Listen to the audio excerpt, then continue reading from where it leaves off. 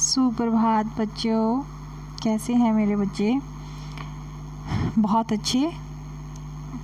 आइए बच्चा, हिंदी की कक्षा में आए और आज हम जो करने जा रहे हैं, आपका विषय है व्याकरण से रस। रस खाने वाला रस नहीं, वो रस जो आप अपनी हिंदी की पुस्तिका में, अपनी कविताओं में, अपने गद्य में पढ़कर आनंद की अनुभूति लेते हैं, उसे हम रस कहते हैं। रस क्या है? रस का शाब्दिक अर्थ ही बच्चे आनंद है।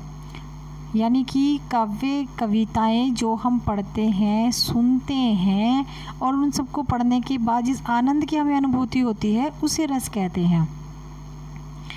संस्कृत में भी कहा गया है कि रसात्मक वाक्यम काव्यम, अर्थात रसयुक्त वाक्य ही काव्य है।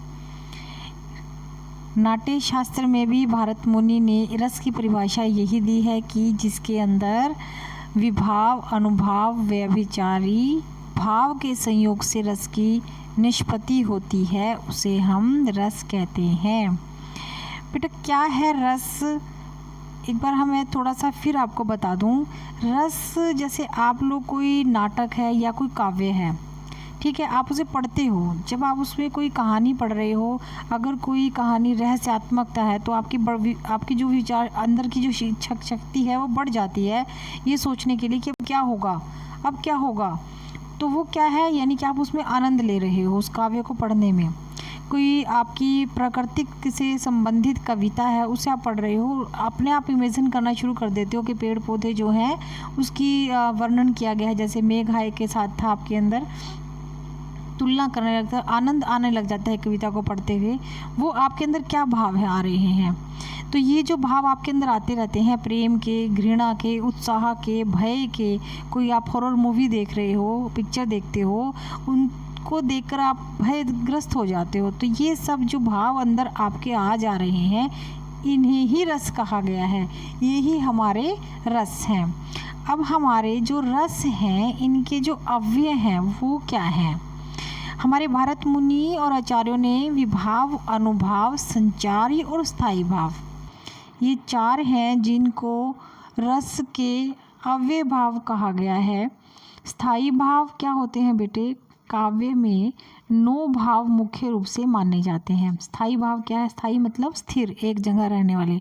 हमारा जो हृदय होता है ना बेटा, इसके अंदर हमारे 9 भाव जागृत होते हैं, यानी कि प्रेम, हास्य, जब आपको हंसी आती है, शोक, क्रोध, उत्साह, भय यानी डर जाना, घृणा किसी चीज़ को देखकर, विषम्य एक चकित हो जाना, और वैराग्य, जिसे मतलब दुनिया से ही बेरस कह देते हैं ना, वैराग्य ले लिया इसने। तो इस तरह के कुछ भाव हैं। ये 9 भाव हमारे अंदर होते हैं जिन्हें हम स्थायी भाव कहते हैं, और ये हमारे हृदय के अंदर सुप्त अवस्था में होते हैं, जो अक्सर मौका देखकर जाग जाते हैं। कैसे? अभी कोई क्लास में अगर किसी कक्षा में बच्चे ने जोक सुनाया, चुटकुला सुनाया, तो एकदम सभी बच्चे हंस पड़ते हैं। तो वो क्या है, हास्य रस एकदम उत्पन्न हो जाता है। कई बार आपको जब कोई किसी पर गुस्सा आता है, किसी ने आपको कुछ कह दिया, तो आपके अंदर क्या है, एकदम क्रोध भाव जागृत हो जाते हैं। तो कई बार आपके अंदर इतना जोश उत्पन्न हो जाता है, एकदम एक ही समय में कुछ समय बाद जो है हमारे ये भाव जो हैं समय तो उसके साथ बदलते रहते हैं। इन्हें ही स्थायी भाव कहा जाता है, जो हमारे हृदय में 9 रस भावों के साथ ये विराजमान होते हैं। ये है हमारे स्थायी भाव। उसके बाद वो कहता है विभाव। विभाव क्या होता है? रस की अभिव्यक्ति का कारण जो होता है, रस जो आनंद लेते हैं हम कविता काव्य को पढ़ने में या किसी कहानी को पढ़ने में, उसका विभाव 2 प्रकार से होता है, एक आलंबन और एक उद्दीपन। अब आलंबन क्या है? आलंबन का मतलब होता है जब आपको कोई पंक्ति दी जाएगी तो इसके अंदर पूछा जाएगा कि इस पंक्ति में आलंबन क्या है, कौन है। तो आपको कैसे पता लगता है आलंबन क्या है? इसका अर्थ क्या है? जिस पात्र के लिए भाव हमारे जागृत होते हैं, जिस चीज़ को देखकर हमारी जो अंदर के हृदय के भाव हैं वो जागृत हो रहे हैं, उसे हम आलंबन कहते हैं। हमारे मन के भाव जो है, अब कोई आप मार्केट में जाते हो, आपको कोई बहुत अच्छा कोई चीज़ नज़र आ रही है, आपको आप कहते हो कि एकदम आपकी इच्छा होती है कि इसे ले लें, तो वो जो चीज़ है जिसे देखकर आपके हृदय के अंदर भाव जागृत हुआ, वो आलंबन है। ठीक है। अब ये आलम्बन का आपका हृदय करता है कि ये इससे बढ़कर कुछ नहीं। ठीक है। अब वो आपको क्या है, वो आलम्बन कहा गया है। उद्दीपन क्या है, स्थायी भावों को उद्दीपन कर रस की अवस्था तक ले जाने वाले भाव जो होते हैं वो उद्दीपन कहलाते हैं।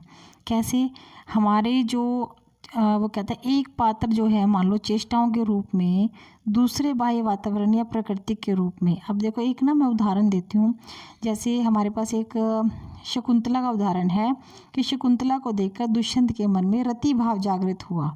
तो शकुंतला यहाँ पर क्या था, आलम्बन, और दुष्यंत क्या रहा, आश्रय रहा। लेकिन अब उद्दीपन के अंदर क्या है, जब शकुंतला है वो क्या है, शर्मा रही है, आंखें बंद कर रही है, तो वो क्या है, ये चीज़ें क्या है हमारे पास, उद्दीपन है। जब हम किसी चीज़ को देखकर अपनी कुछ अपने आँखों से, अपने चेहरे से जो भाव प्रकट कर रहे हैं वो उद्दीपन है।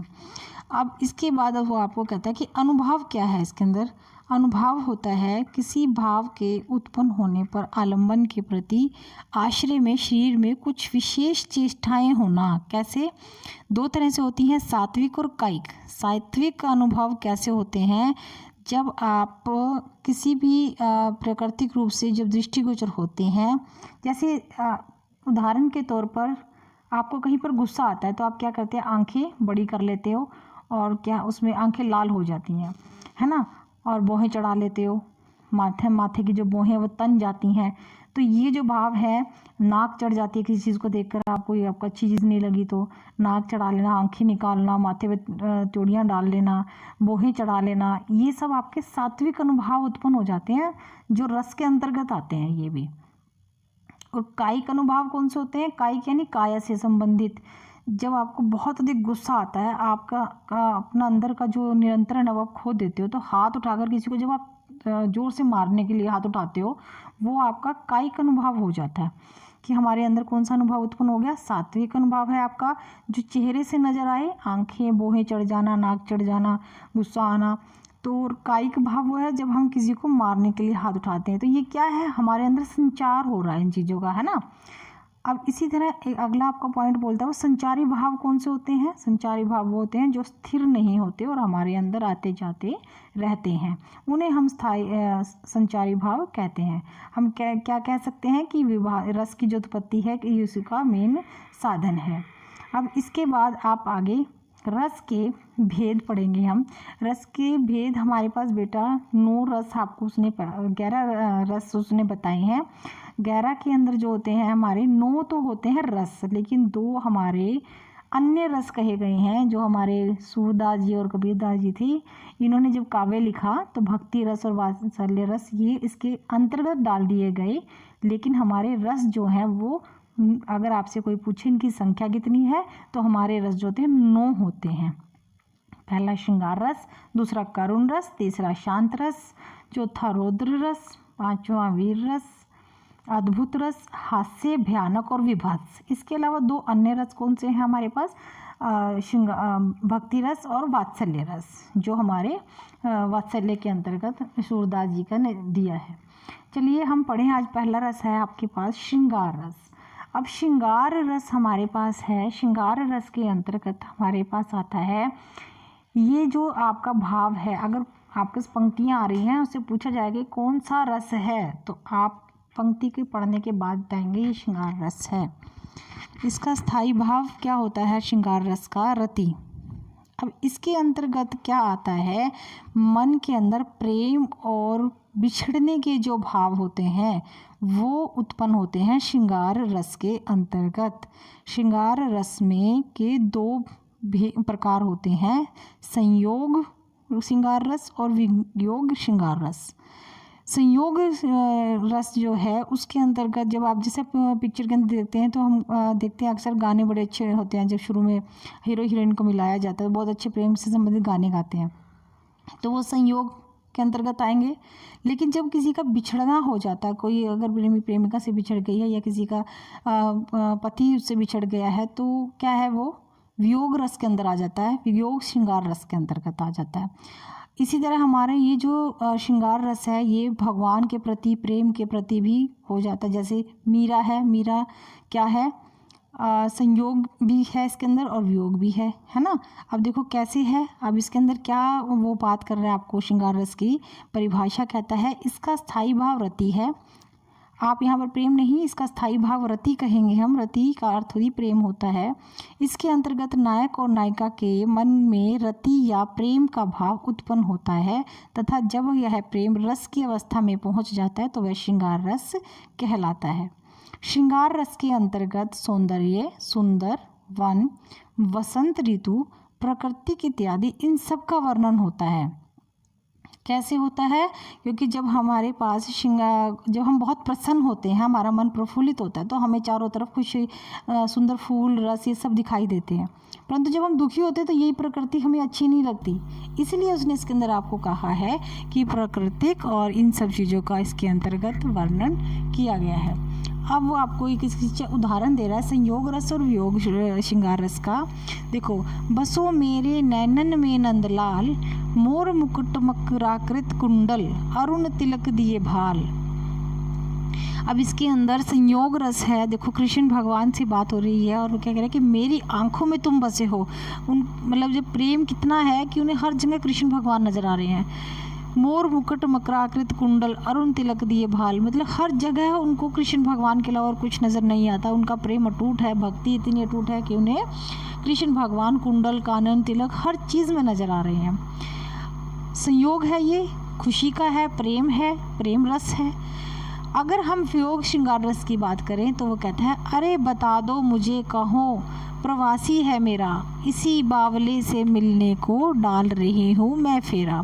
अब वो क्या कहते हैं कि भगवान कोई मुझे बता दे कि कहाँ है वो मेरे मन का हृदय का चाहने वाला, जिसे ढूंढने के लिए मैं हर जगह फिर रही हूँ। तो इसके अंदर क्या है, वियोग रस नज़र आ रहा है हमें।